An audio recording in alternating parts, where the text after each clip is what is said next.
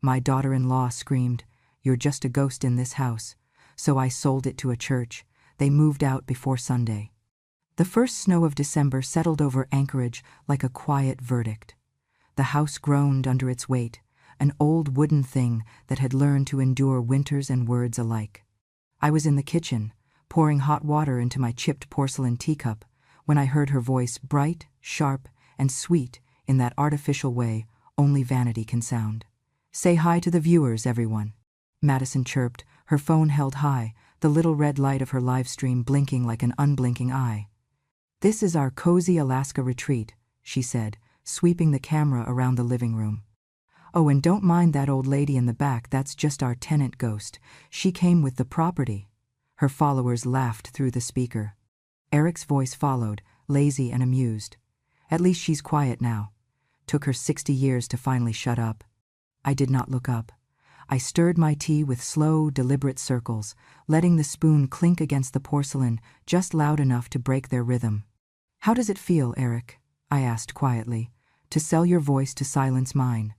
He smirked from the couch, his phone still in hand. "It feels rich, Mother. You should try selling your principles sometime." I looked at him, the son I'd once cradled through fever nights, the boy who used to fall asleep to the sound of my stories and saw nothing left but the reflection of his wife's ambition. Madison angled the phone toward me, voice dripping with mock affection. "Say something spooky for the audience, Mama B. Tell them a ghost story." I smiled without humor. "You already live in one, dear." For a moment, she faltered. But then she laughed, flipping her hair back. "See what I mean? Classic haunted house energy. Someone call Netflix." Their laughter echoed against the wooden beams, thin and cold. I finished my tea, placed the cup on its saucer, and walked toward the window. Outside, the sky was gray, and the birch trees bent under ice like old women in prayer. Behind me, their voices blurred into the hum of self-satisfaction. If you feel justice deserves celebration, smash that hype button. Let us keep stories like this alive, echoing far, far away. Your support helps us bring understanding and love to those who deserve it. Thank you so much. Keep listening. The world outside was frozen, but it wasn't the kind of cold that frightened me. It was the kind that preserved things, that held them still until they could be remembered properly. I pressed my palm against the window pane, the glass biting my skin, and watched the faint fog of my breath fade. Somewhere behind me, Madison kept narrating her own life to strangers, a queen without a kingdom, only followers. Eric had not always been cruel. There was a time when his voice carried warmth. As a child, he used to sit beside me during my late-night radio show, watching me through the studio glass while I spoke to the world. I was Bianca Ames, then the voice of the Northern Light, the woman who told the state of Alaska that kindness was strength, not weakness. I had spoken for miners stranded in blizzards, for widows whose pensions were stolen, for men who had no one to defend them. My voice had built something invisible but powerful, a bridge between silence and courage. Now that same voice was treated like an embarrassment. Madison turned to Eric, still filming. "We could turn this room into a lounge for guests, maybe add a fireplace that actually works." He nodded. "Yeah, and her old radio setup downstairs? We can gut it, turn it into a wine cellar. Who even uses radios anymore?" "I did," I said softly. They ignored me. When I could no longer stand the sound of their planning, I put on my wool shawl and stepped onto the porch. The snow squeaked under my slippers. Anchorage's air had a way of biting the lungs before soothing them, like honesty. From here, the house looked different, smaller perhaps, or maybe I had just grown beyond it. Inside, Madison's laughter burst out again, followed by the faint echo of her voice saying, "Can you believe she still thinks this is her house?" I looked back at the front door, its frame painted the same dark blue my husband had chosen 40 years ago. James had built that door himself, sanding it until it fit perfectly. He used to say, "A home is only real when it opens for the right people." I had believed him then. Now I wondered what he would think of the strangers living inside his work. The radio in the living room crackled faintly, the old one that had been silent for years. Perhaps it caught a frequency from somewhere, or perhaps it was only the wind, but I heard a single word, half whispered, almost human. "Speak." I closed my eyes. Inside, Madison's voice rang out again. "Oh my God, Eric, she's just standing out there staring at the snow. It's creepy. No wonder people think old women are haunted." He laughed, and I heard the sound of a bottle opening, the hiss of champagne. "Let her watch," he said. "It's all she's good at now." I did not turn back. The moonlight was faint, trapped beneath the clouds, but it was enough to see my own reflection in the windowpane lined, silver-haired, and unbroken. "They think silence is weakness," I whispered to the glass. "Let's see how loud it can be." Behind me, the laughter rose again, hollow and brittle.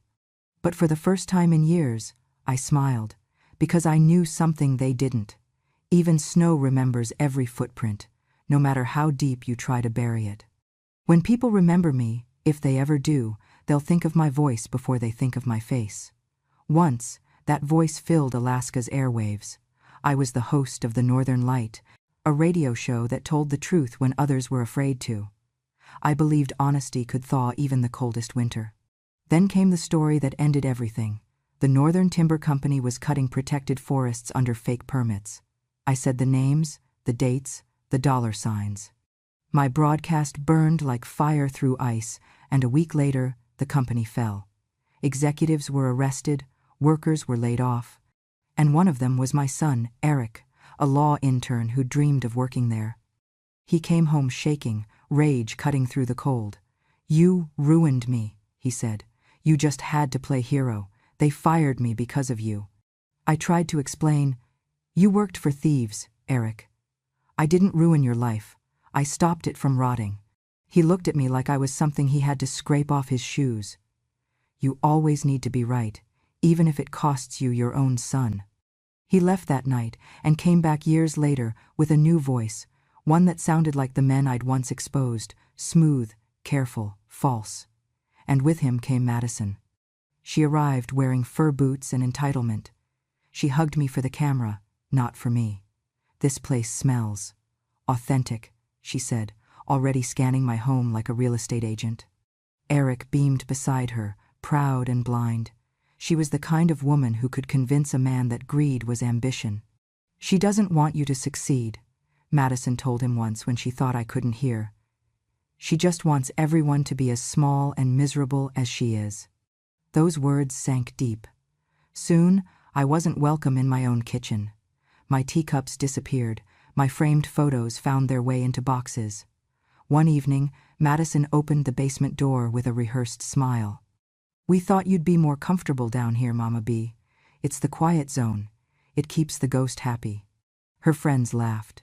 The basement smelled of pine and dust, but it was once my world. My old recording booth still stood in the corner, the microphone my husband built for me decades ago.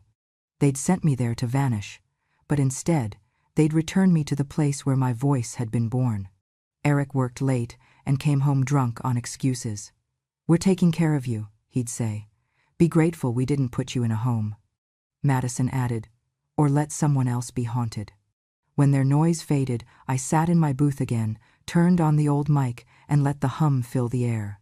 "This is Bianca Ames," I whispered. "Once upon a time, I told stories that mattered. Now I tell them to the dark." I spoke about the snow, about neighbors who still waved, about how silence wasn't death, it was waiting. Some nights, I imagined my words escaping through the vents, slipping past the frost, traveling across the mountains to anyone who still remembered the Northern Light.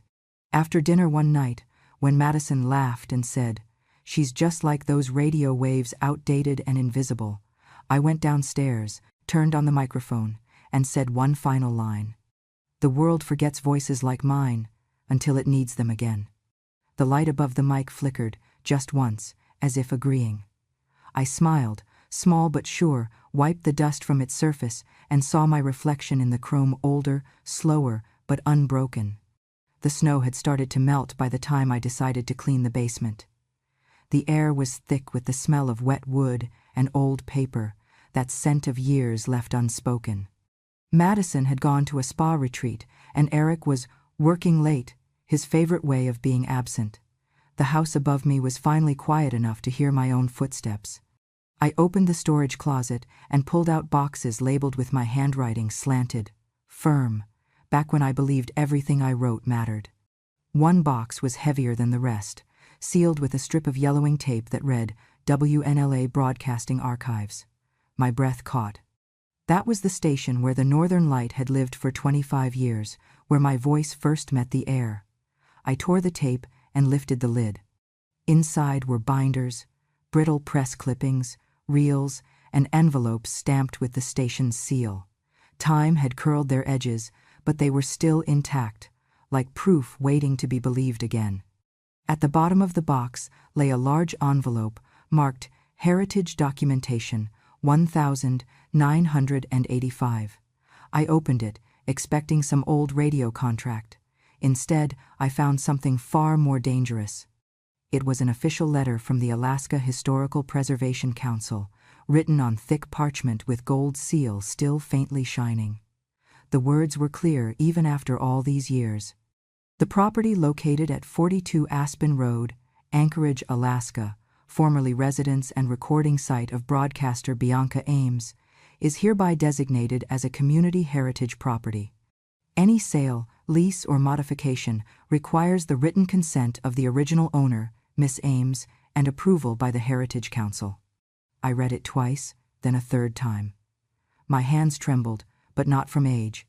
The ink of my name stared back at me, elegant and absolute. All those signatures and contracts Eric had waved under my nose, the ones I had signed out of trust, suddenly turned to smoke in my mind. He couldn't have sold a thing. I laughed quietly, the sound brittle in the empty room. "Oh, James," I whispered to the air, "you really did build this house on my name." As I sifted through the papers, a small black USB drive slipped out from between the files. A faded sticky note clung to it, the handwriting crooked and familiar. "For when you need reminding, Ruth." Ruth had been my producer at the station until cancer took her 10 years ago. My fingers closed around the drive, as if it were a relic of my former life. I plugged it into my old laptop, the one Eric said was obsolete. It took forever to start, wheezing like an old dog, but it did. The first file was labeled The Northern Light, 1984, interview. My own voice, younger and stronger, came through the static. "A home is not a place to profit from, it's a promise to protect." I sat very still. The words were a knife wrapped in silk. I had said them decades ago, and now they came back like prophecy. I remembered that interview, how I had spoken about community, about preserving what matters. I had never imagined that someday I would need those words to defend my own walls. But the next file wasn't from Ruth. It was newer, dated only a year ago. Its title, Taxes 2022 Audio. I almost didn't play it, thinking it might be Eric's financial nonsense. Then I pressed play, and his voice filled the room. "Just have her sign it," he said. His tone was brisk, impatient. "She won't read the fine print, tell her it's for tax purposes." Then Madison's laugh, sharp and smug. "Old people sign faster than they think, she's lucky we're keeping her." My breath left me. The sound of their voices felt colder than the ice outside. The basement walls seemed to pulse with it. I sat there, listening again and again, as if repetition could dull the sting. It didn't. "So they made me silent on paper too," I murmured. "But paper burns, voices don't." I reached for my old notebook, the one with a broken spine and pages tinted the color of tea. It had been my companion during every broadcast, every sleepless night. I flipped to a blank page and began to write. "They sold my voice. I'll make it speak again." The pen dug into the paper. My hand was steady, the kind of steadiness born not of youth but of survival. I closed the notebook, felt its weight like a heartbeat, and placed it beside the microphone. The storm outside had begun to howl, pressing snow against the basement window, but I no longer felt the cold. For the first time in years, I wasn't afraid of the silence, it was listening. Upstairs, the house creaked, an old body shifting in its sleep. I imagined Eric standing there one day, realizing he'd tried to erase the wrong woman. Madison would blame him, he'd blame her, and both would forget that what they'd destroyed had learned to rebuild itself in whispers. I turned back to the computer, scrolling through Ruth's other files, letters, recordings, transcripts. She had kept everything, even our final broadcast together, titled When Voices Are Forgotten. In it I had said, "Every voice leaves an echo. Sometimes it takes years for the world to hear it again." The irony almost made me laugh. I reached for my phone, its screen lighting my face in the dim room. My contact list was short, but one name still mattered: Grace Peterson. She had been a child when the Northern Light ended, one of the many who had sent me letters of thanks for helping Mom smile again. Now she was a lawyer, young, relentless, the kind of woman I used to believe the world needed. I typed the message carefully, my thumb hovering before I pressed send. "Grace, this is Bianca Ames. I might have a story worth broadcasting again." The phone vibrated once, sending the message into the cold network of the world. I closed the laptop, the light fading to black, and looked at the microphone one last time. The red power switch still glowed faintly, a single dot of life in the dark. "Sleep well, old friend," I whispered. "We're going back on air soon." And above the hum of the storm, I could almost swear the house was humming with me, as if it too had been waiting to speak. It happened on a Sunday afternoon, the kind of brittle Alaska day when the light feels too clean, too cruel. The snow outside the windows glared like a stage spotlight, and inside, Madison had turned my home into a set. Balloons hung from the rafters, lights circled the doorway, and a banner stretched across the mantel that read, "The New Alaska Dream." She stood in the middle of it all, flawless as porcelain, her phone held high. "Welcome, everyone," she sang, voice pitched with excitement. "This is the official house tour of our Anchorage renovation project, our little slice of luxury at the edge of the world." Over 100,000 people watched in real time, their comments flooding the screen. "So chic, that cabin aesthetic. Love how you kept the old charm." Old charm. That was me. Eric stood off to the side, dressed in a black sweater and an ego too large for the room. He was pouring champagne into crystal flutes, Madison's idea, of course. "We thought it'd be fun to show you guys how to modernize a legacy property," she said, guiding the camera toward the fireplace. "This house used to belong to a radio host back in the 70s, some local icon, I guess." I was sitting quietly by the window, sipping tea from the same cup I'd used since my wedding day. The comments flew faster. "Who's the lady in the chair? Is she part of the vibe?" Madison laughed, glancing at me with that glossy smile of hers. "Oh, that?" she said sweetly. "That's our vintage decor. Every luxury home needs a touch of history, right? She came with the property." The audience exploded with laughing emojis. I could hear Eric chuckling, proud of the cruelty he pretended was charm. "At least she's useful for the nostalgia filter," he said, clinking glasses with her. My hand didn't shake. I took another sip of tea and looked straight into the camera lens. "I didn't forget to die, dear," I said softly.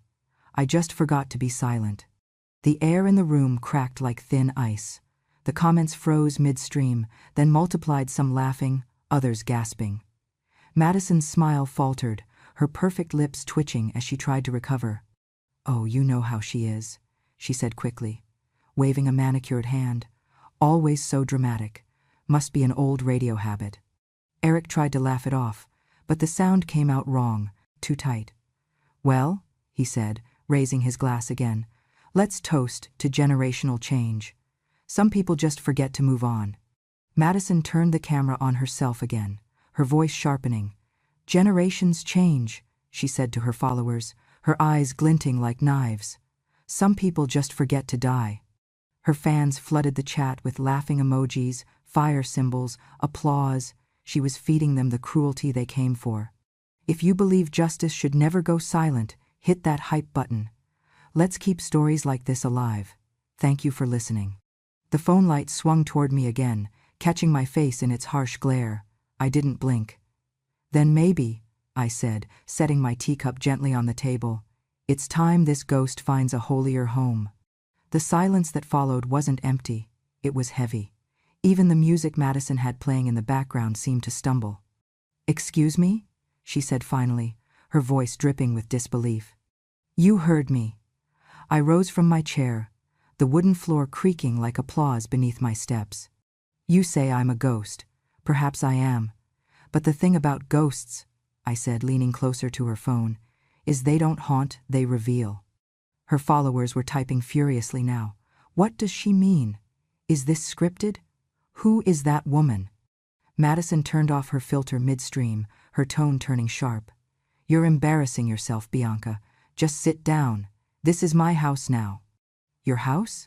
I asked quietly. You might want to check whose name is carved into its bones. Eric stepped forward then, face flushed with panic and irritation.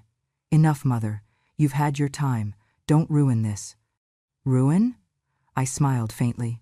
I built this. Madison snapped her fingers at the cameraman she'd hired. Cut the feed, she hissed. I'll edit that part out later. But the cameraman hesitated, glancing at me. He had seen the heritage plaque near the doorway earlier, the one I'd quietly cleaned and rehung that morning. It bore my name, Community Heritage Property, Bianca Ames, original owner. The red light on his camera stayed on. You're just a ghost in this house, Madison shouted, her voice breaking through the silence like a slap. There it was, the sentence that would later travel farther than she ever intended. I stood still, the insult hanging in the air like frost. Then I turned toward the camera, meeting the gaze of 100,000 strangers. Yes, I said softly, a ghost with receipts. Eric froze. Madison's eyes darted toward the cameraman who was still filming. Turn that off, she barked. But he didn't. The comments section exploded again, the tone shifting from amusement to outrage. That's her mother-in-law? Did she just call her a ghost? This is disgusting. Madison tried to salvage her performance, voice trembling with false cheer. Oh, come on, people. It's just a joke. We love Grandma Bianca. Love? I repeated. Love doesn't evict people quietly. Love doesn't make someone sign their life away while smiling into a camera. Eric's eyes widened. What are you talking about? You'll find out soon enough, I said.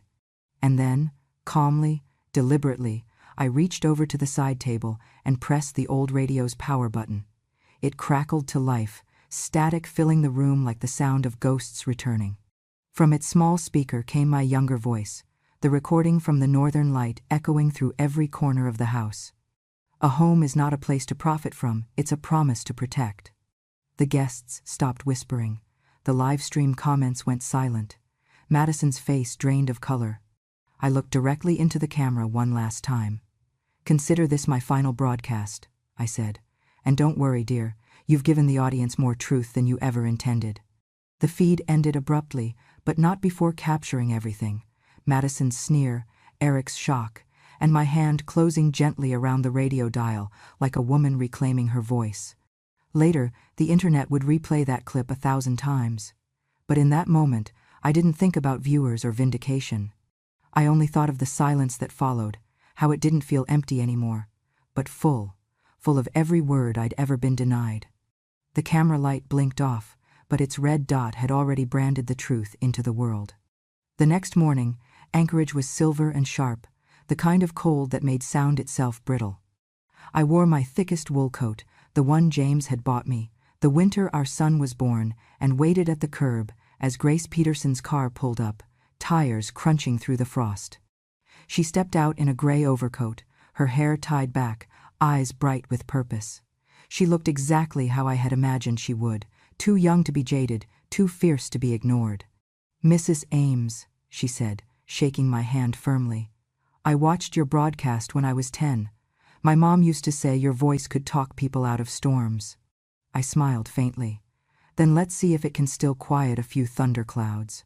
We drove through downtown, the streets glazed with thin sheets of ice, past storefronts and churches, and the faint glow of early coffee shops. Grace had already read the documents I'd sent her the night before. The heritage property certificate, the recording of Eric and Madison's fraud, and the live stream that half the internet had now seen. When we arrived at the Alaska Heritage Council, the building looked like a courthouse carved from ice. Inside, it smelled of pine and cold paper. The receptionist blinked when she read my name. Miss Bianca Ames, she said softly. You're that Bianca Ames? Once upon a time, I said. Within minutes, we were escorted into a conference room where 3 members of the council sat behind a long oak table. One of them, A woman with silver hair and rimless glasses looked up from the folder Grace had handed her. "Miss Ames," she said, "this property 42 Aspen Road was designated as a community heritage site under your name. According to our records, no transfer has ever been approved by this office." Grace leaned forward. "Then any sale, lease, or modification would be null and void," the woman finished, nodding. "And the documents your son submitted to his lender? Forged. We'll be filing a legal injunction immediately." One of the other officials looked uneasy. "This is quite serious. Forgery under heritage protection carries a federal penalty." Grace turned to me gently. "Mrs. Ames, do you want to press charges?" I looked at her, at the papers spread like battle plans across the table.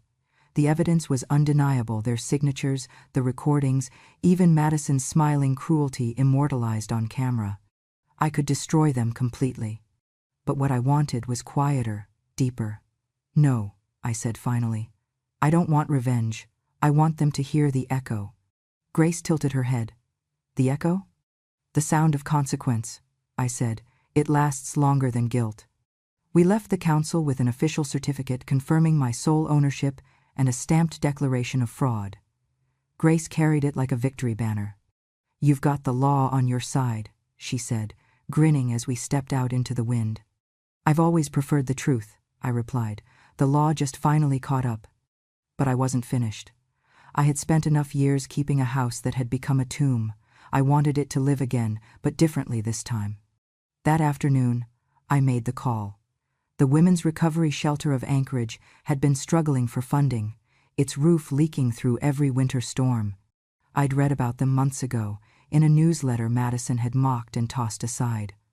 "Why should we donate to women who can't get their lives together?" she had said. So I donated something far bigger. When I told Grace my plan, her mouth fell open. You're donating the property? The entire house?" "Yes," I said. "But not just donating. Legally transferring ownership under the heritage law. That means it can never be resold for profit again. It will always belong to the women who need it most." Grace's eyes shone with something between awe and disbelief. "You realize this will go public. The press will tear your family apart." "They've already done that themselves," I said. "Now let them live in the echo." By evening, Grace had uploaded the paperwork to the council's database and sent copies of the live stream footage and audio recordings to every major news outlet in the state. She didn't have to embellish anything. Madison and Eric had done all the work. The headline that hit within hours read, "Anchorage couple under investigation for heritage fraud. Former broadcaster reclaims home, donates to women's shelter." When I returned home, the driveway was already crowded with snow and silence. But not for long. Eric and Madison arrived just before dusk. Their SUV screeched into the drive, headlights slicing through the twilight. Madison stumbled out first, her designer coat flapping open, her phone still in hand like a weapon. Eric followed, face pale with fury. "What the hell is this?" he shouted, pointing toward the yard. A new sign stood proudly in front of the porch, nailed deep into the frozen ground. It read in bold letters, "Alaska Women's Foundation, protected by heritage law." The words glowed in the golden light, haloed by snowflakes. Madison's scream was sharp enough to cut through the cold. "You gave away our house to those people?" I stepped onto the porch, holding the certificate like scripture. "You called me a ghost," I said evenly. "I'm just haunting something holy." Eric's face contorted. "You can't do this. You have no right." "I have every right," I said, handing him a copy of the council's ruling. "You forged my name. You tried to sell a promise. I'm simply keeping it." Madison lunged forward, tears freezing on her lashes. "You'll regret this, you bitter old witch." I looked her in the eye, calm as falling snow. "Regret is for the living," I said softly. "I've outlived that." Grace stepped beside me then, phone in hand, recording as witnesses from the shelter arrived 3 women, bundled in thick coats, their faces lined with the kind of strength that doesn't ask for sympathy. One of them, the director, extended her gloved hand to me. "Mrs. Ames," she said, voice trembling with gratitude, "you're saving lives." "No," I said, pressing the house keys into her palm. You are. I'm just giving you the walls. The wind howled through the birch trees, scattering snow across the steps. Behind me, Madison sobbed into Eric's coat, and he stood motionless, hollowed out by the truth he could no longer twist. You've ruined us, he whispered. No, I said. You ruined yourselves when you forgot that love isn't ownership. The director looked at me, tears in her eyes. We'll name it the Echo House, she said softly. For you. I smiled. Perfect. Let it echo for everyone who was ever told to be quiet. As the women entered the house, the lights spilled out onto the snow, warm and alive. The camera caught it all.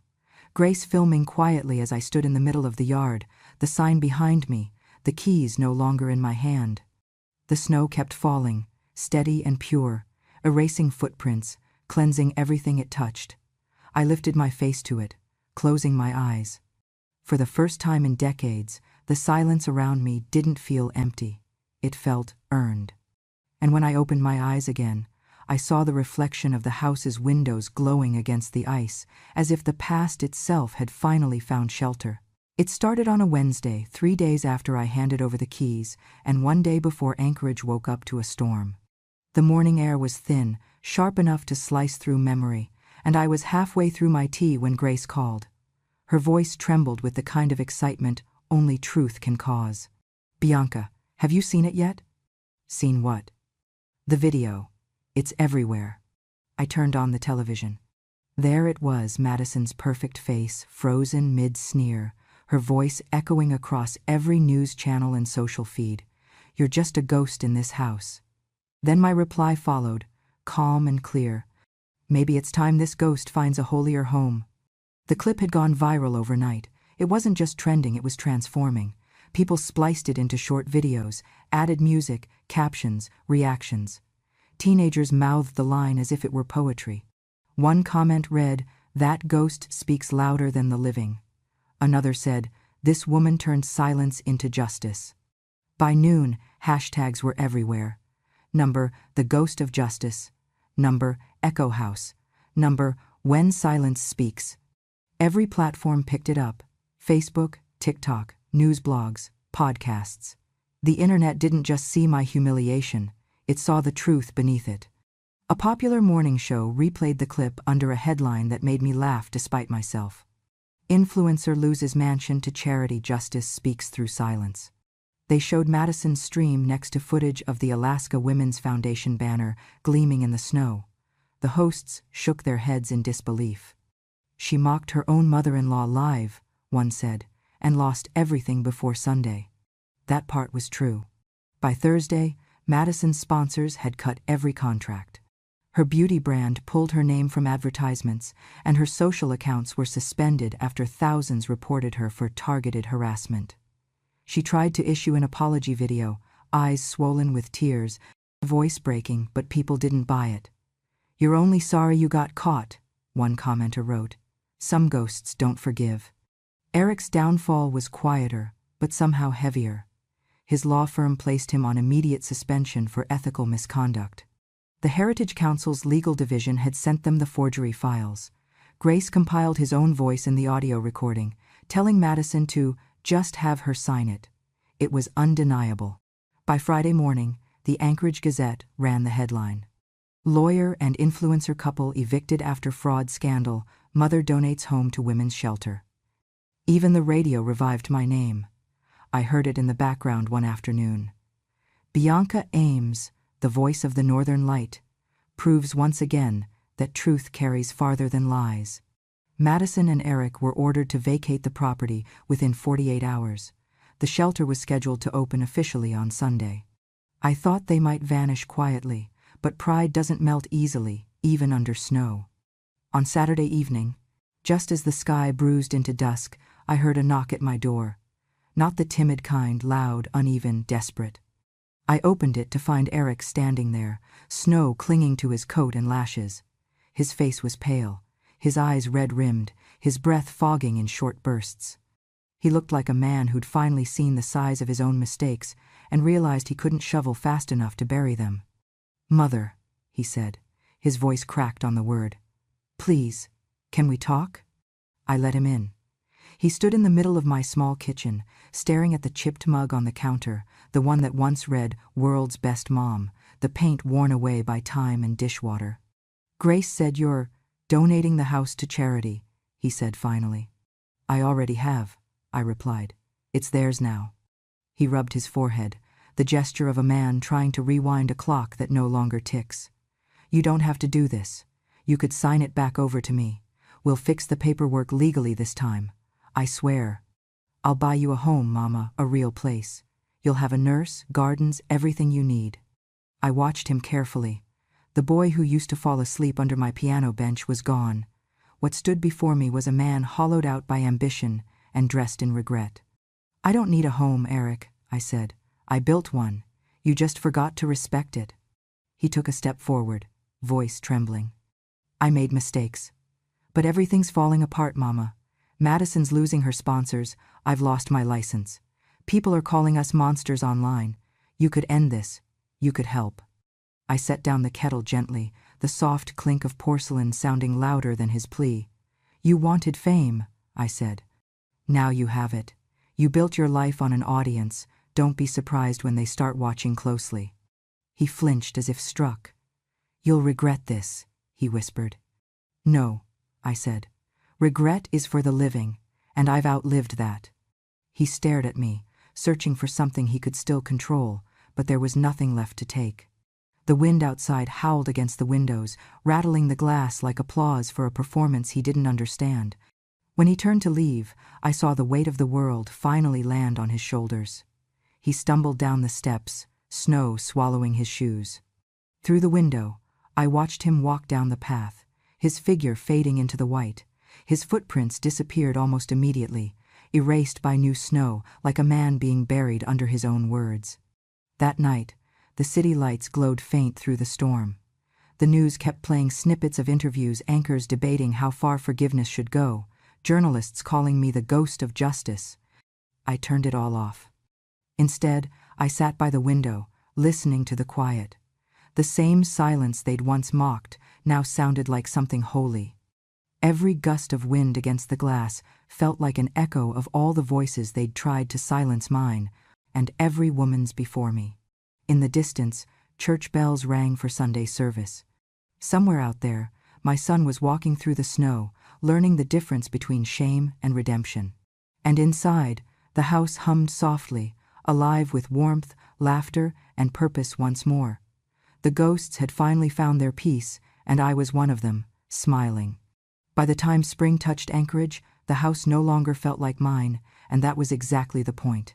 What had once been a prison of echoes was now alive again. The Alaska Women's Foundation renamed it the House of Silence, though everyone in town called it Bianca's Shelter of Voices. Every morning, the sound of hammers, saws, and soft laughter filled the air. Volunteers came from everywhere, teachers, nurses, even old miners.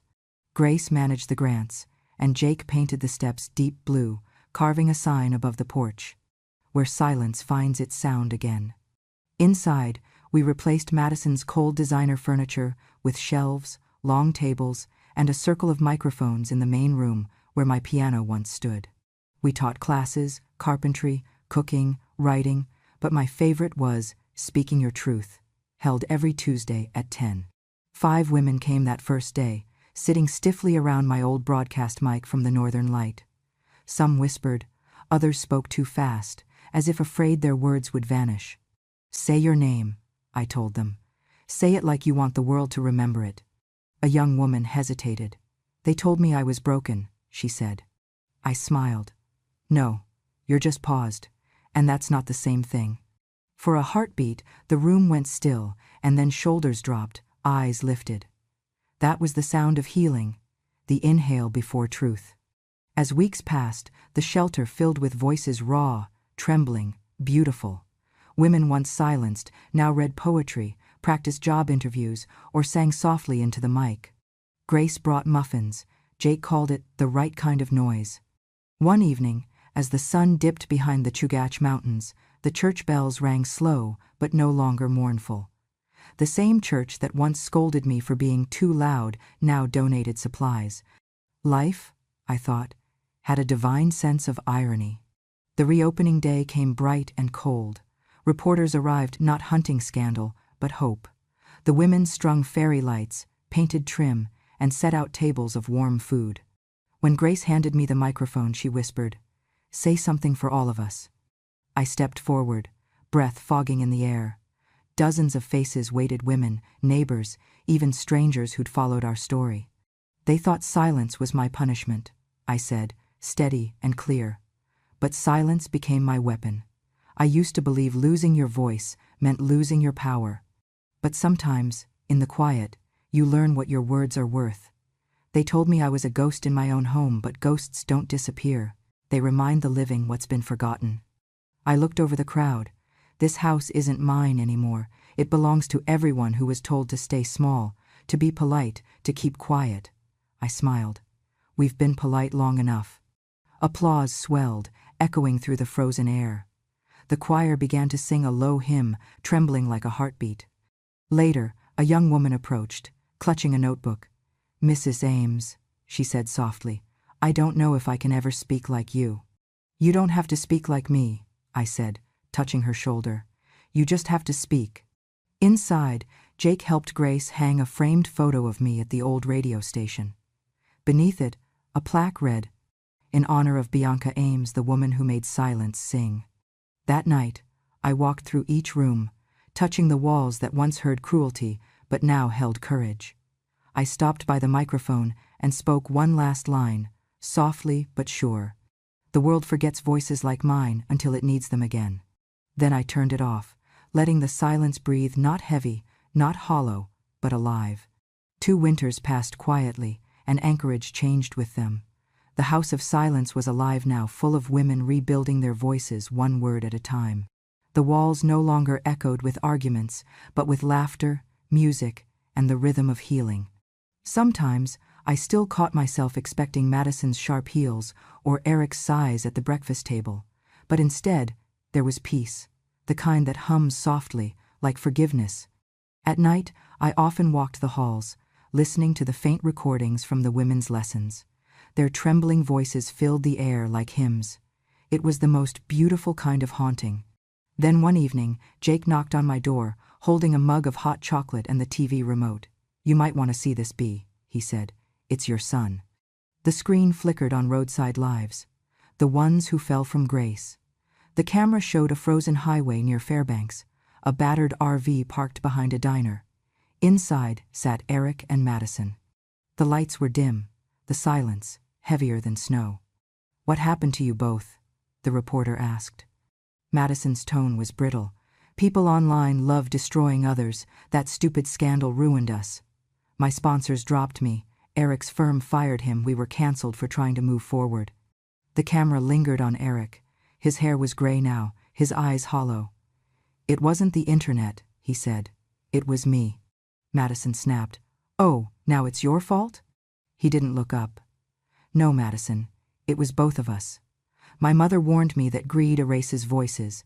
I just didn't realize she meant mine." He paused, voice trembling. "She told me silence isn't weakness, it's patience waiting for justice. I used to laugh at that. Now I hear her voice every night when the wind hits the RV, and I wonder what it would have cost me to listen sooner." The interviewer asked softly, "Do you think she forgives you?" Eric's eyes glistened. "I think she already did. That's the part that hurts the most." Madison rolled her eyes and walked off camera. Eric just sat there, breathing shallowly, like each word had cost him years. The narrator closed the episode. Sometimes, losing everything is the only way to hear your own conscience. Jake muted the TV. "You okay, B?" I watched the snow on the screen, swirling around their little RV. "I'm fine," I said. He finally heard me. "That's enough." Jake frowned. "You're not angry?" "Anger's a cage," I told him. "I've lived in enough of those." After he left, I turned off the TV. The silence that followed wasn't empty, it was alive, full of voices that had found their way home. From the next room came a shaky voice. "Gee, good evening, Anchorage. This is Leah, broadcasting from the House of Silence, where lost voices speak again." Jake, leaning in the doorway, chuckled. "She's missing a few words." "It's okay," I said, smiling. She's speaking from the heart, that's something her father never learned. Outside, the snow fell softly, glowing under the porch light. The new sign gleamed through the frost. The House of Silence, where lost voices speak again. Then the old radio on the mantel clicked on. My recorded voice played, steady and calm. They called me a ghost, but ghosts don't fade, they echo.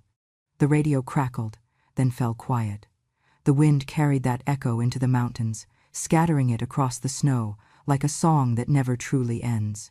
They tried to silence her. She turned silence into a symphony. And that, my friends, was Bianca's story, a story about how even the quietest voices can move mountains when they finally decide to speak. She didn't fight with rage. She fought with grace, with patience, and with the kind of strength that only comes from having been underestimated for too long. If this story touched you, if it made you believe that justice still has a heartbeat, that kindness can still roar louder than cruelty, then don't let it end here.